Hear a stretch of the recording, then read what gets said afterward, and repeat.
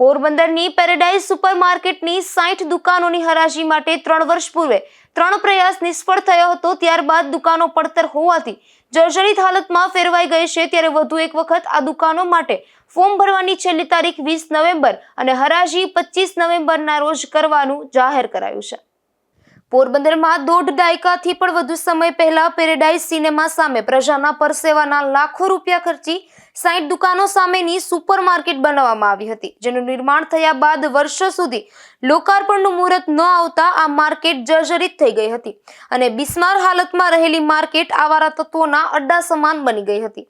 જે અંગે અનેક રજૂઆત બાદ પાલિકાએ 3.5 વર્ષ પૂર્વે વધુ એક વખત પ્રજાના લાખોના ખર્ચે તેનું સમારકામ કરાવ્યું હતું અને ત્યારબાદ ઓક્ટોબર 2022માં તેની હરાજીની કાર્યવાહી શરૂ કરી હતી, જેમાં ડિપોઝિટ તથા ભાડાની ઊંચી રકમ હોવાથી કોઈ વેપારીને પરવડે તેમ ન હોવાથી કોઈ હરાજીમાં આગળ આવ્યું ન હતું। આથી પાલિકા દ્વારા આ દુકાનોની હરાજી માટે 3 પ્રયાસ કર્યા છતાં સફળતા મળી ન હતી। આથી પાલિકા દ્વારા ભાડા અને ડિપોઝિટની રકમમાં ઘટાડો કરવા સરકારમાં દરખાસ્ત કરી હતી, પરંતુ તેનો કોઈ જવાબ આવ્યો ન હતો। આથી છેલ્લા 3 વર્ષથી દુકાનો પડતર હાલતમાં છે।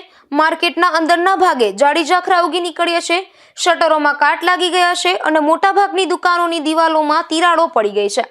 સરકારે તાજેતરમાં દુકાનના ભાડામાં 50%નો ઘટાડો અને 9 વર્ષના ભાડા કરારને બદલે 15 વર્ષ મંજૂર કર્યા હતા અને દરેક દુકાનની અસ્પીડ પ્રાઇસમાં ₹50,000 ઘટાડવાની મંજૂરી આપી હતી।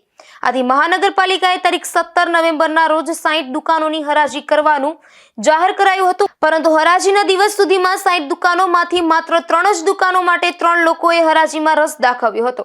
આથી મહાનગરપાલિકાએ હરાજી મુલતવી રાખી અને ફોર્મ ઉપાડવાની મુદત તારીખ 20 નવેમ્બર અને હરાજીની તારીખ 25 નવેમ્બર જાહેર કરી છે।